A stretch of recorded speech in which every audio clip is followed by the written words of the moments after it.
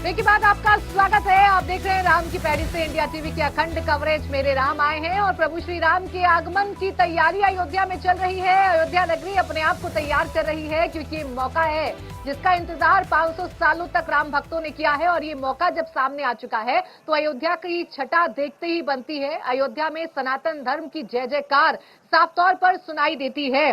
अब तो ये उत्साह तो अयोध्या में बना हुआ है स्वामी जितेंद्र नाथ जी, और ये उत्साह बना भी रहेगा आने वाले कई वर्षों तक, अनंत काल तक ये बना रहेगा। और सनातन धर्म जिसे कई बार कुचलने की कोशिश की गई, उस सनातन धर्म की क्या छटा है वो अयोध्या में आकर महसूस की जा सकती है। अब जिस राम राज्य की परिकल्पना प्रभु श्री राम के पधारने के साथ की जा रही है वो संभव कैसे है, या क्या योगदान आप मानते हैं सरकारों का भी?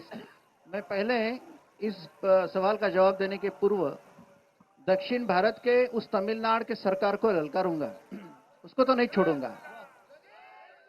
उन्होंने याद रखना चाहिए कि रावण दक्षिण में था, हम उत्तर में बैठे हैं, राजा राम उत्तर में बैठे हैं, और दक्षिण से शायद पलायन करके रावण के बाद कुछ लोग आकर बसे तमिलनाडु में, वो रावण के वंशजों की अभी बारी है।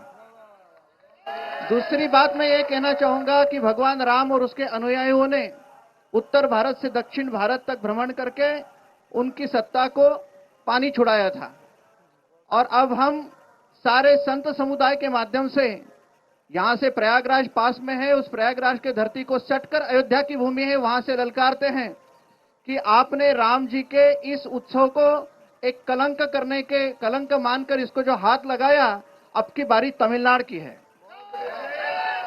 सभी संत इसके बाद में तमिलनाडु और दक्षिण भारत को अपना केंद्र मानेंगे और राम का स्वरूप स्वयं को मानकर चढ़ाई करेंगे, और वहां पर राम राज्य की नींव आने वाले 5 साल बाद निश्चित करेंगे। इसका हम उद्घोष पहले कर देते हैं।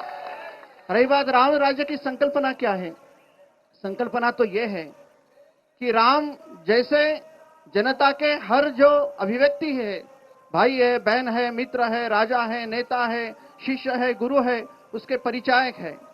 तो एक भारत को विकसित भारत आप मान सकते हैं कि तब भगवान राजा राम ने पुष्पक विमान को साथ में लिया था रावण के दरबार से, तो टेक्नोलॉजी ही लाई थी, और वो पुष्पक विमान ऐसा था जितने लोग बैठे उतना फूला जाता था।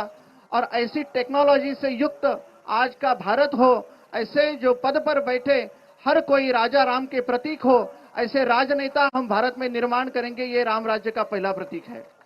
दूसरा प्रतीक यह है कि राम राजा जिस भी वन गमन करते समय जिस भी ऋषि मुनियों को मिले थे, उन ऋषि मुनियों के माध्यम से अपने राम राज्य की कल्पना साकार आकर की थी, वापिस आकर। तो हम भी सभी संत उनको ये कहते हैं कि हम उस तरह के ऋषि मुनि होकर राम राज्य की संकल्पना माने विकसित भारत, आनंदित भारत, विश्वगुरु भारत, एक सामर्थ्यशाली भारत, जगत जेता भारत, सभी दृष्टिकोण से ताकतवर भारत और शांति, सभ्यता, आनंद और प्रसन्नता और आरोग्यता का परिचायक भारत बनाएंगे। यही राम राज्य की परिकल्पना हमारी है।